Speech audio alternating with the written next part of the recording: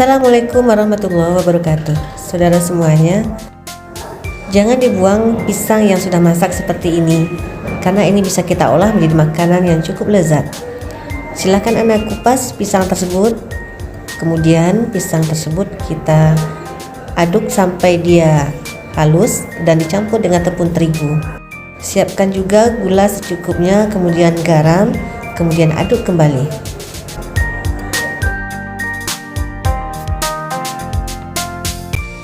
Setelah adonan merata, maka adonan ini bisa kita diamkan minimal 1 jam untuk mendapatkan hasil yang bagus.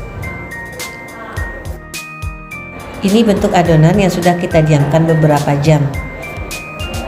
Tampak adonan mengembang, bahkan hampir memenuhi tempatnya.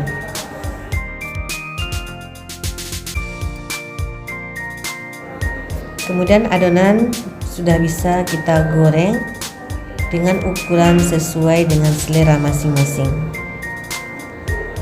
Untuk menggorengnya cukup mempergunakan api yang kecil saja, karena adonan ini akan cepat matangnya.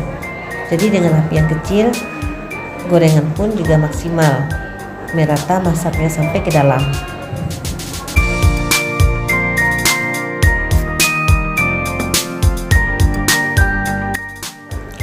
Dan inilah hasilnya, adonan kita tadi yang sudah digoreng siap untuk disantap.